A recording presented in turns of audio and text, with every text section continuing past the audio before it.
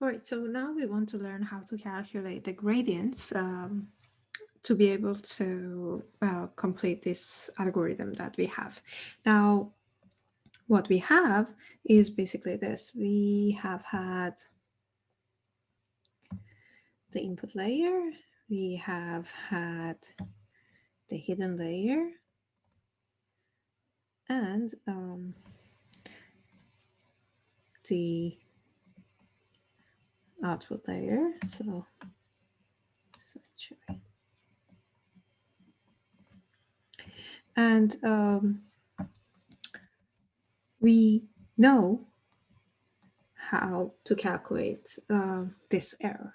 Now our goal is to back propagate the error through calculating the gradient. So here we are going to calculate the derivative, the partial with respect to W O and the partial derivative with respect to BO. Here we are going to calculate the partial derivatives with respect to WH and BH and update like what we have seen in the algorithm, right? The gradients that we are going to calculate, you remember that in each layer, what we did was that we calculated some net values, for example, net vector for each layer. And then we applied the activation function on that net vector. So the gradients that we are going to calculate, they depend on both the gradient with respect to the gradient of the error with respect to the net and the activation function. So because of that, we are going to introduce a new notation, and that notation is called net gradient vector, which is basically equal to the derivative of the error with respect to net vector. And we show it like this, like delta, right? So for the output layer, I have delta O, which is basically net gradient vector for output layer. So it's going to be a p-dimensional vector. So it's derivative of error with respect to net O. And we are going to have a delta H, which is net gradient vector for hidden layer, which is m-dimensional. Just having these is going to make things easier. So basically our delta O's is a vector that is equivalent to its first element is the gradient of our error with respect to net O1. The first one is gradient of error with respect to net O2. And the last one is the gradient of error with respect to net OP transpose, right? So in the back propagation phase, when we want to basically go back, we are reversing all the arrows and going back in the layers. We are sending the errors back into the layers, right? So our goal is to calculate this partial, for example, with respect to Wij in one of the layers. So suppose output layer. That is equal to the derivative of epsilon, or the error, with respect to Wij. But we know that this epsilon, it goes, to calculate the epsilon, we have to calculate O, which depends on F of net and net itself. So what we can do is that we can use the chain rule. And using the chain rule, we can rewrite this derivative like this. We can say it's equal to derivative of epsilon, or the error, with respect to net O for our J W, multiplied by the derivative of net O for our J with respect to Wij, right? This is basically our delta O J, right? And then we are going to also calculate the second part to be able to calculate this whole WO, the partial derivative with respect to Wijo. Okay, so first, let's calculate the first part, or WO, delta O. So delta O, what is delta O? We have defined it above. So it's the derivative of our error with respect to our net vector, if we look at it as a vector form, right? Again, we can use the chain rule here, right? And we can say that this is actually equal to the derivative of the error with respect to f of net O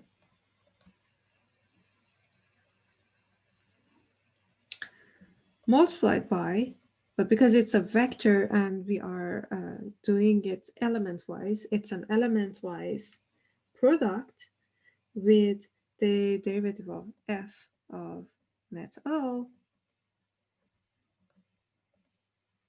with respect to net O.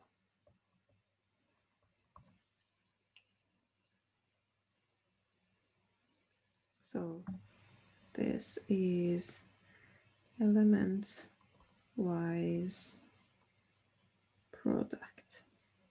Because when we are doing this in vector form, we are actually doing this for each individual of the elements of the network. So basically, this is the partial derivative of error function with respect to the output values, because f of net O is actually O, right? It's output values. And this is the vector of partial derivatives of the activation function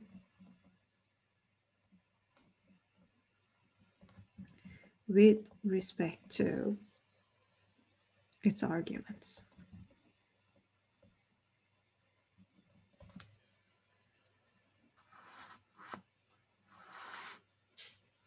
Okay.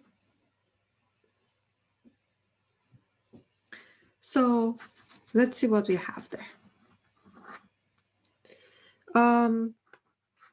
To calculate the first one, the error with respect to its output values, what we are going to have is that we are going to have a assume a loss function or an error function, right? So actually, because we have the output layer, this is also f of O, right? Okay. So to calculate this, the first term, this one, we need to know what the error function is, right? This is actually O, sorry, or f of net O, f. Okay, so it's equal to this with respect to O. So this whole thing depends on the error function. So if we choose one loss versus another loss, we are going to have a different derivative here. Now, suppose that we are having the squared loss, like what we have seen before. In that case, the derivative of epsilon x with respect to fo of net O is going to be equal to, now what was the squared loss? It was 1/2 of y minus O squared, right? So this is going to be equal to the derivative with respect to O of, because fo of net O is actually O, or output, of 1/2. Now this we can actually expand it. It's going to be 1 minus O transpose vector y minus O vector, which is equivalent to the derivative with respect to O of 1/2. If we multiply the two together, it's going to be y transpose y plus O transpose O minus 2 y transpose O, right? Now, if we take the derivative of this thing with respect to O, well, for y transpose y, it's just 0 because it doesn't have anything to do with O.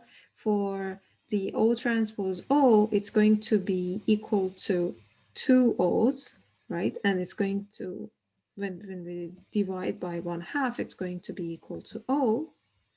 And for this last term, 2y transpose O, the derivative with respect to O is going to be equal to negative 2y transpose, and divided by this 2 that we have here, we are going to have minus just negative y, or yeah, basically. So the derivative of our error with respect to O, or fo of net O, is going to be equal to O minus y. Now, let's see what is this part. So what is the partial derivative of activation function with respect to its argument?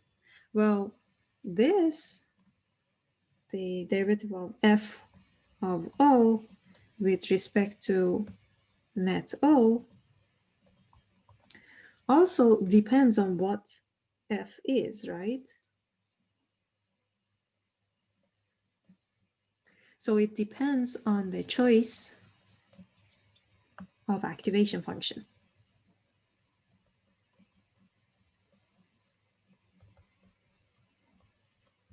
You remember that we could have different activation functions like sigmoid or ReLU or linear, right? Or other things like tanh. But suppose that we are using the sigmoid activation function. So suppose f is sigmoid. Just as a reminder that when f is sigmoid, we had f of z is equal to 1 over 1 plus e to the minus z, which was actually, we called it theta z, if you remember. And the derivative of f of z with respect to z was equal to f of z 1 minus f of z, or theta z 1 minus theta z. Okay, so this is just a reminder that we have. Now we want to calculate the derivative, partial derivative of f of o with respect to net o,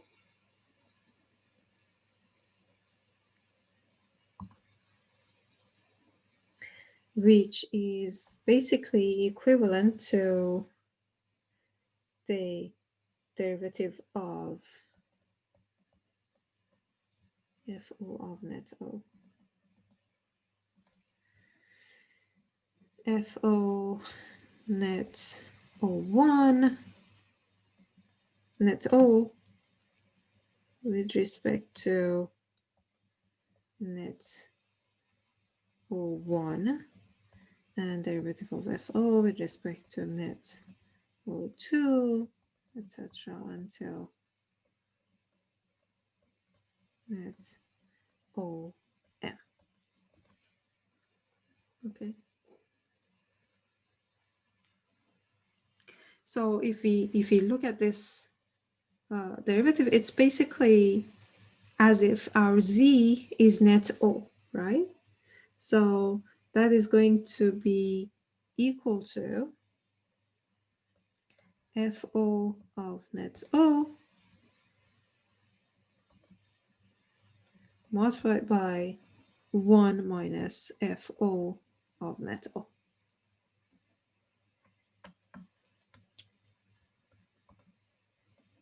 Right? So similar to what we had there.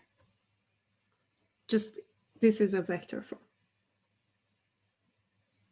And the multiplication is actually an element-wise product. All right, so far we calculated this, we calculated this, so we can calculate this one also. Let's actually use a better color, for example, this one. So we can calculate delta O, which is this part. Oh.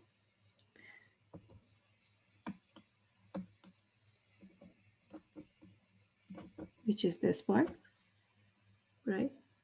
Now, what is remaining is this part of the derivative of our, with respect to the weights, right? So now we have to calculate the partial derivative of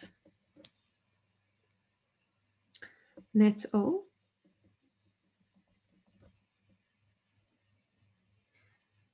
with respect to Wij.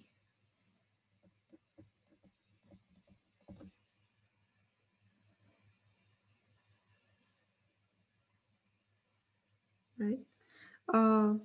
Well, the partial derivative of net O with respect to Wij is basically Zj, right? Because net O is multiplication of Zi, sorry. Net O is multiplication, a linear combination of Z's with Wij's, right? So basically the derivative is going to be equal to Zi. So far we have learned that delta O vector form is equal to O minus Y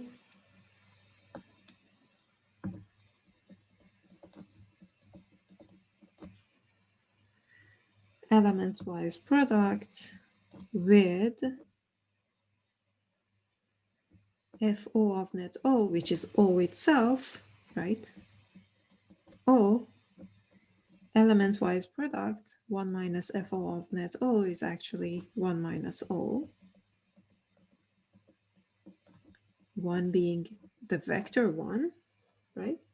So now that I have both delta O and I have Z, then I can say, finally, that this partial gradient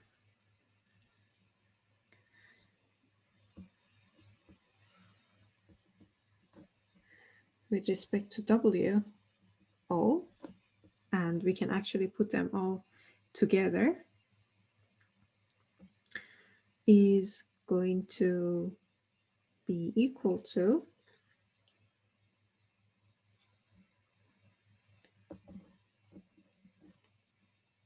my vector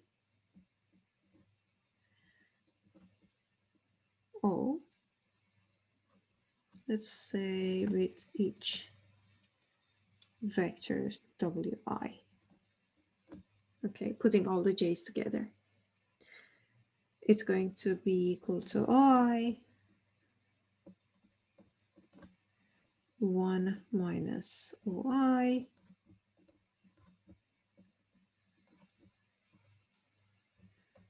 OI minus YI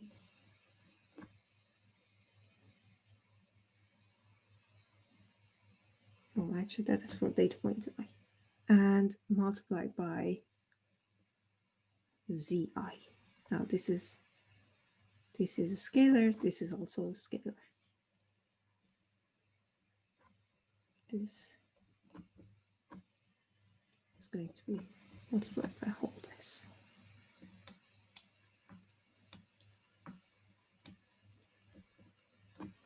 All right.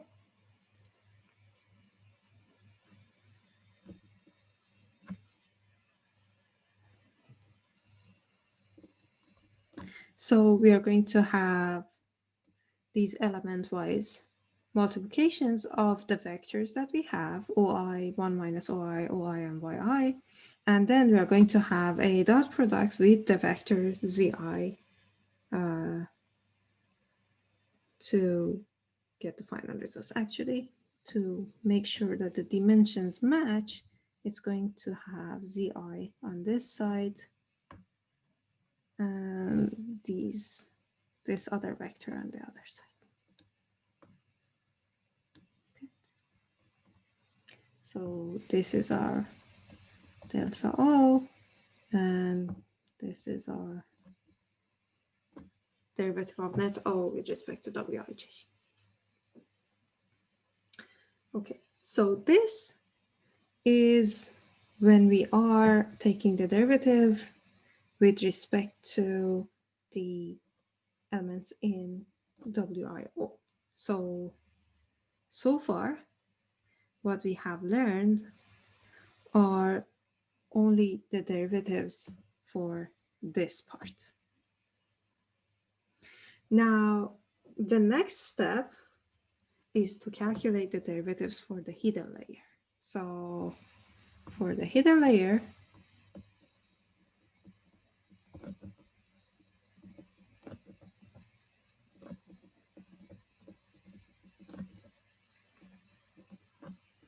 so this was derivatives for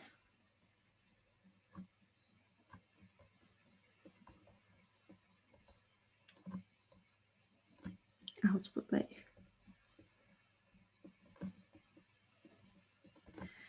For the hidden layer, we are having a similar situation. So what do we have here? We are looking for the derivatives, partial derivatives with respect to Wij of hidden layers, right? So which is the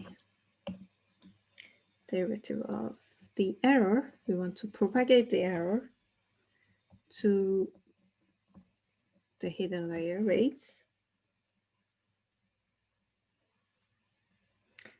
which is equivalent to derivative of error with respect to net H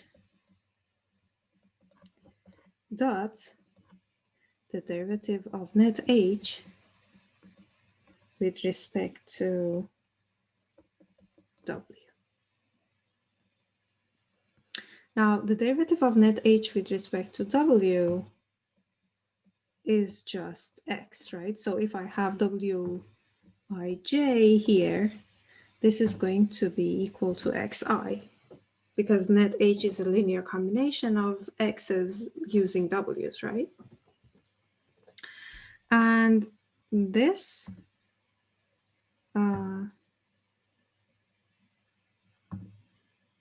other one, the derivative of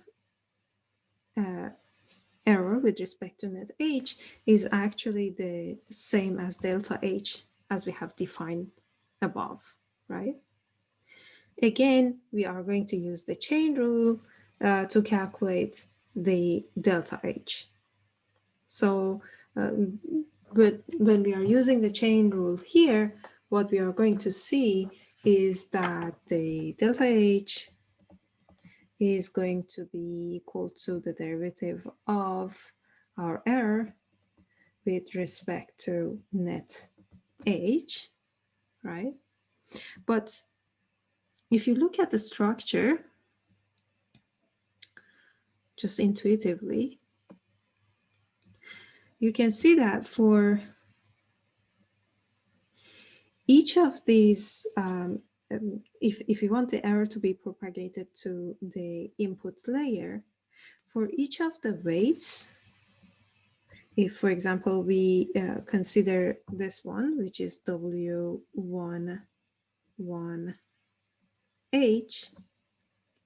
for W11H, the error is going to go through different weights in the hidden layer and through Z1 and then to W11H, right? So the error is going to go through all the weights that are related to Z1 in the hidden layer. So for example, to W120,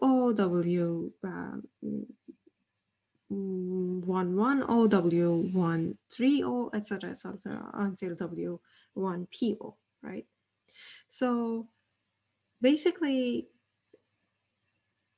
similarly, this error is going through all different weights in the Z or hidden layer to be passed through the input layer. So it is as if when we are passing the error, it is going to be weighted according to these weights that it is going through. So basically, our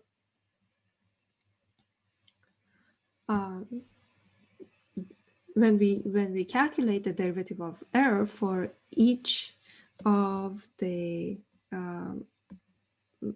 vector elements, all of different errors that we are having are going to contribute to the Z, like Z1 above, but then they are having different contributions that are weighted by W11, W12, etc., etc. Right? So it's as if we are going to sum up the deltas in proportion of these weights. Right?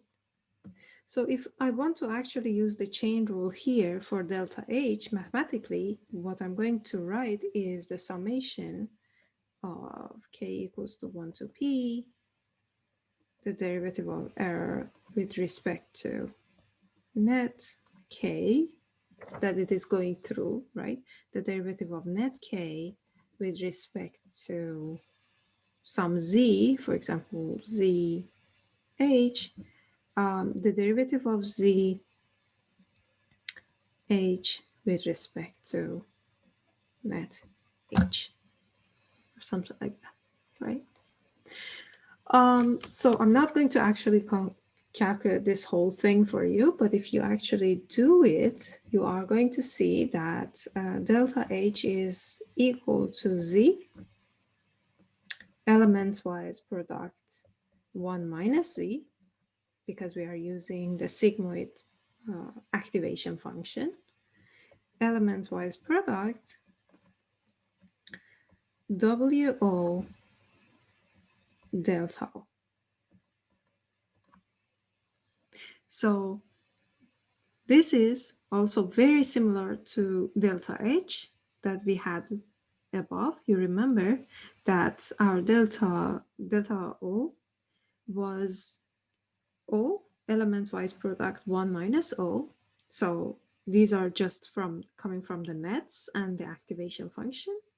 Element-wise product with O minus Y, which is basically the difference between the actual output and the calculated output, right? So it comes, this part, the O minus 1, Y part is coming from the error. And the orange part is coming from the net, right? It comes from the net, and this one, it comes from the error. It's as if it's like that. Here also, what we have is that this part, it comes from Z, which is basically comes from the net. And then we have this other part that is propagation of error weighted by WOs, right? So we have this delta H, and we know that this part is equal to xi, so the whole partial derivative is going to be equal to delta H multiplied by xi. So now that we have done all of this, our algorithm to train MLP with one hidden layer is complete. So what we are going to do is that in our algorithm, we are going to have the data, the number of hidden neurons, number of neurons in the hidden layer, the step size in stochastic gradient descent, or the update rate, and the maximum iteration that we want to go over our data. So the maximum number of epochs as our inputs. First, we are going to initialize our vectors, the bias vectors and the W matrices with some random small values. And we have iteration number 0. Then we are going to repeat. This larger repeat is basically the epochs that we are going to go over, all of our data points. And then for each of the data points in the data set, we select them randomly. First, we calculate Zi and Oi feed forward phase. So from Xi, we are going to calculate the output. Then we are going to calculate the gradients from the errors. So this is basically part of the error. This is the part that comes from the sigmoid activation function. And we are going to calculate the net gradients for the output layer and for the hidden layer. And eventually we are going to calculate the gradient descent for the bias vectors. They are like this.